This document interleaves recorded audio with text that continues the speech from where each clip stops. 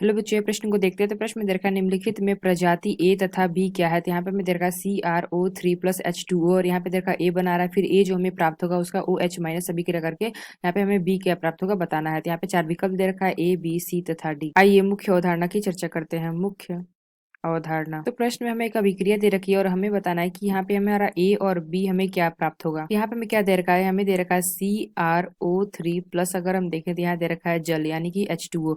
इसकी अभिक्रिया करानी है तो यहाँ पे हमें क्या प्राप्त हो जाएगा। यहाँ से अगर हम देखें CrO3 दे रखा है और H2O दे रखा है, ये दोनों हमारे मिलके क्या बना देंगे, यहाँ से हमारा आ जाएगा H2O और ये हमारा आ जाएगा CrO7।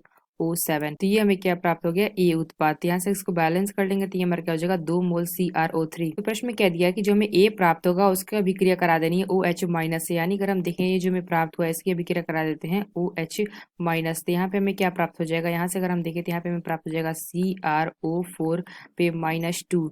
तो ये हमारा क्या आ जाएगा 2 मोल। तो ये हमारा क्या है बी है। तो प्रश्न में हमसे पूछा गया था ए तथा बी क्या होगा। तो यहाँ पे हमने क्या देखा, ए हमारा क्या है H2Cr2O7 है और यहाँ पे बी हमारा क्या प्राप्त हुआ है, बी हमें प्राप्त हुआ है 2CrO4 2-। तो आइए अपना विकल्प देखते हैं कौन सा विकल्प सही है। तो अगर हम देखें जो हमारा डी विकल्प दे रखा है, ये विकल्प हमारा सही है। यहाँ पे हमने क्या देखा, ए बराबर हमारा क्या आ गया H2Cr2O7। अगर हम देखें तो बी बराबर हमारा क्या आ गया है CrO4-2। तो ये कह सकते हैं जो हमारा डी विकल्प है यह विकल्प हमारा सही होगा। तो आशा करते हैं आपको समझ में आया होगा। धन्यवाद।